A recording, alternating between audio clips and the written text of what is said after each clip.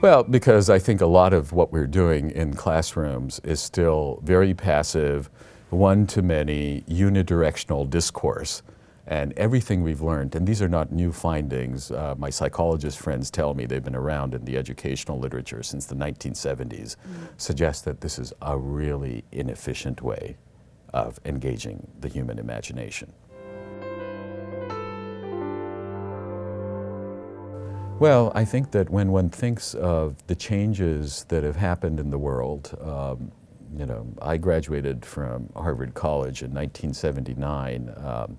Even if I'd graduated 10 years later, since then we've had the collapse of the Iron Curtain, we've had liberalization in a whole bunch of economies, and over an even shorter time frame, if we think back 10 years ago, Facebook was still a product in a Harvard dorm that was confined to the Harvard campus.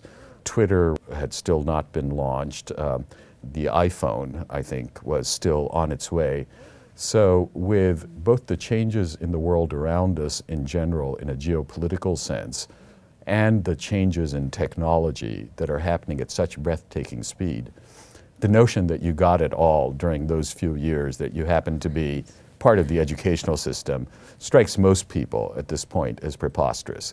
The issues shift, the technology is changing, and the great thing is, with technology, we also have, and I've seen this at a number of educational institutions, we also have much more effective ways of reaching out to alumni, for instance, as a way of pursuing lifelong learning than when that involved necessarily always coming back to the mothership, the central campus, for further, for further education.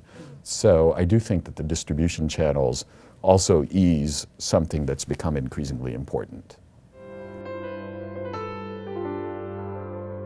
My Spanish is now, after a couple of years living in Spain, that I can speak Spanish, which I couldn't before I moved to Spain. And it's not quite like learning French as a teenager or English as a 5-year-old.